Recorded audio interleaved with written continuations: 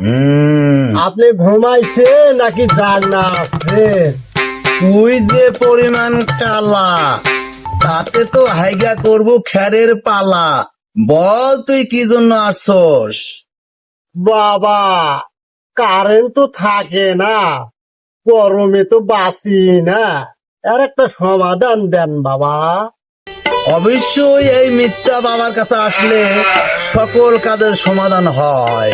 আমি তোর ব্যাপারটা দেখতেছি।